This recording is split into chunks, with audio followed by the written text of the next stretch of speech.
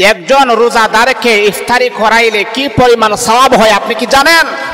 হে বন্ধু, আল্লাহ পাক রব্বুল আলামিন আপনাকে স্বাবলম্বী বানিয়েছেন, আপনাকে টাকা পয়সার মালিক বানিয়েছেন। মনে রাখতে হবে এই টাকা পয়সাওয়ালা যে আপনাকে যে আল্লাহ পাক স্বাবলম্বী করেছেন, টাকা পয়সার মালিক বানাইছেন, এটাও কিন্তু আল্লাহ পাকের তরফ থেকে আপনার জন্য একটা পরীক্ষা। আমি যে গরিব, আমি যে অসহায়, এই অসহায় হওয়াটাই আমার জন্য একটা পরীক্ষা। তাহলে আল্লাহ পাক যে আপনাকে স্বাবলম্বী বানাইছেন, টাকা পয়সার মালিক বানাইছেন, আপনার আশেপাশে কত গরিব অসহায় আছে, ইফতারি আনার মতো সামর্থ্য তাদের নাই, রোজা রাখার মতো খাবার খাওয়ার মতো সামর্থ্য তাদের নাই, আপনি তাদের পাশে দাঁড়িয়ে যান। হে বন্ধু, এই যে একজন রোজাদার ব্যক্তিকে যে ইফতারি আপনি করাইছেন, আপনি ডাবল সওয়াবের মালিক আপনি হয়ে গেছেন। আল্লাহু আকবার।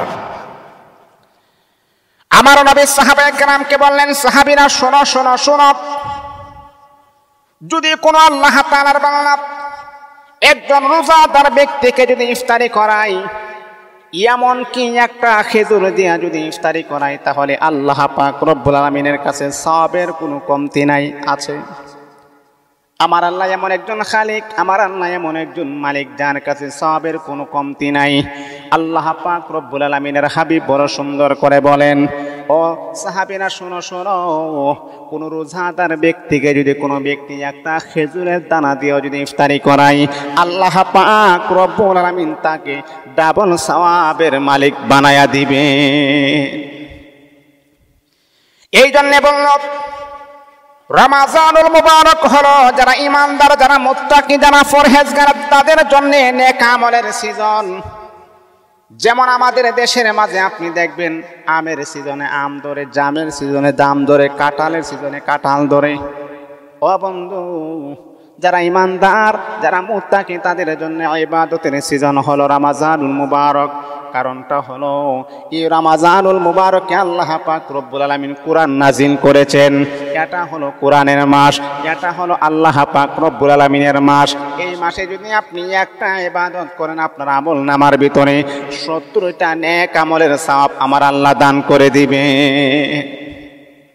1 টাকা যদি আপনি দান করেন, 70 টাকার সওয়াব হয়ে যাবে। হে বন্ধু, কত গরিব, কত অসহায় আছে, ইফতারি করতে পারে না, তাদের পাশে আপনি দাঁড়িয়ে যান, তাদেরকে সহযোগিতা করুন। আলহামদুলিল্লাহ, আমরা 100 জনকে ইফতারি দেওয়ার জন্য একটা পরিকল্পনা করেছি। 100 জনকে আমরা ইফতারি দিব, এমন একটা পরিকল্পনা আমরা করেছি। যদি আপনাদের সুযোগ হয়, যদি আপনারা পারেন, তাহলে আমাদের সাথে শরীক হবেন। পৃথিবীর যেই কোনো প্রান্তে থেকে আপনি শরীক হতে পারেন, এই সওয়াব থেকে আপনি শরীক হতে পারেন, এই সওয়াব থেকে বঞ্চিত হবেন না। আলহামদুলিল্লাহ, আমাকে অনেকেই পৃথিবীর বিভিন্ন প্রান্ত থেকে আমাকে সহযোগিতা করেছেন। আলহামদুলিল্লাহ, আল্লাহ যারাই সহযোগিতা করেছেন, প্রত্যেকের দান সদকার বিনিময়ে আল্লাহ তুমি তাদের জিন্দেগির গুনাহকে মাফ করে দিয়ে এই জগতে শান্তিদায়ক করে দাও, পরকালে মুক্তির ব্যবস্থা করে দাও। এই আল্লাহ তাআলার বান্দা, যদি আপনি চান, হুজুর আমি বিদেশের জমিনে আমি আছি, যেহেতু আপনি 100 জন গরিবকে আপনি ইফতারি দিবেন, ইনশাআল্লাহ আমিও কিন্তু আপনার সাথে শরীক থাকতে চাই।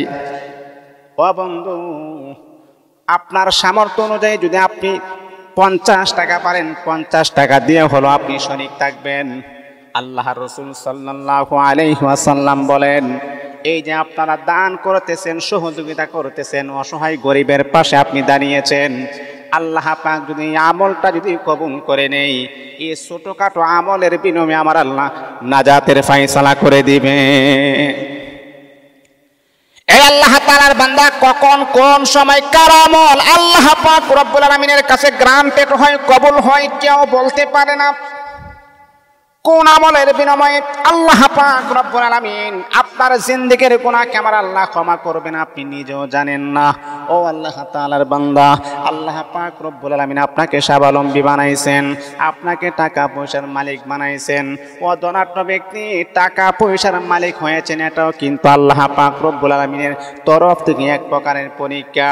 ও বন্ধু, আপনি যদি আল্লাহ পাকের পরীক্ষায় যদি রেজাল্ট ভালো করতে চান, তাহলে অসহায় গরিব মিসকিন তাদের পাশে আপনি দাঁড়িয়ে যান। আমার আল্লাহ দুনিয়া তো শান্তি করবেন, পরকালে মুক্তির ব্যবস্থা করে দিবেন। অসহায় গরিব আপনার টাকা দিয়া তারা ইফতারি করবে, এর চাইতে ডাবল, এর চাইতে সওয়াব ভালো কাজ আর কি হতে পারে? আপনি আমাকে প্রশ্ন করেন না, বলেন না এর চাইতে ভালো কাজ আর কি হতে পারে? আপনি আমাকে বলেন, আপনি আমাকে বলেন এর চাইতে ভালো কাজ আর কি হতে পারে? এর চাইতে সওয়াবের কাজ আর কি হতে পারে? একজন রোজাদার ব্যক্তি, 5 ওয়াক্ত নামাজিওয়ালা ব্যক্তি সারাদিন রোজা রাখার পরে আপনি যেই টাকা দিয়েছেন সেই টাকা দিয়ে সে ইফতারি করবে, এর চাইতে সওয়াবের কাজ আর ভালো কাজ আর কি হতে পারে? আপনি আমাকে আরেকটা দেখান। কারণ পয়গম্বর বলেন রোজার বিনিময় একমাত্র শুধুমাত্র আমি আল্লাহ আমার বান্দাকে দান করব, অন্য কোন সওয়াবের বিনিময়ে আমি আল্লাহ আমার বান্দাকে ফেরেশতার মাধ্যমে দান করব। আল্লাহ পাক ফেরেশতাকে বলবে, ফেরেশতা আমার বান্দা কোরআন তেলাওয়াত করেছে তার সওয়াব তুমি দিয়া দাও, আমার বান্দা দান সদকা করেছে তার সওয়াব তুমি দিয়া দাও। ও ফেরেশতা আমার বান্দা নামাজ পড়েছে তার সওয়াব দিয়া দাও, আমার বান্দা দান সদকা করেছে তার সওয়াব দিয়া দাও। কিন্তু বান্দারে, আমার বান্দা যেহেতু একমাত্র শুধুমাত্র কেবলমাত্র আমি আল্লাহ পাকের সন্তুষ্টর জন্য রোজা রেখেছি, আর এমন রোজাদার ব্যক্তিকে আপনি ইফতারি করাইছেন, আল্লাহ বলবেন না না, তাদের প্রতিদান আমি আল্লাহ নিজের কুদরতি হাতে দান করে দিব। এই জন্য মুসলমান বন্ধুগণ, অসহায় ব্যক্তি যারা আছে তাদের পাশে আপনি দাঁড়িয়ে যান, তাদেরকে সহযোগিতা করুন। আল্লাহ পাক যেহেতু আপনাকে টাকা পয়সা দিয়েছেন, আপনার টাকা পয়সা কম হবে না, দানে কখনো ধন কমে না। আল্লাহর কসমকে আমি বলি, দান করার ক্ষেত্রে কখনো আপনার ধন কমবে না, আরো বেড়ে যাবে, ডাবল করে আল্লাহ পাক বৃদ্ধি করে দিবেন, আপনাকে স্বাবলম্বী বানিয়ে দিবেন। আমরা তো দান করার ক্ষেত্রে অনেক বখিলাতি করি না, এটা করবেন না, এটা করবেন না। আপনি যে আল্লাহ আপনাকে ধনী বানাইয়েছেন, সে আল্লাহ ইচ্ছা করলে আবার আপনাকে রাস্তার ফকির বানাই দিতে পারতেন, তাহলে এটা করবেন না। আল্লাহ পাক আমাদেরকে সবার সাথে অংশগ্রহণ করে গরিবের পাশে থাকার জন্য তৌফিক দান করেন।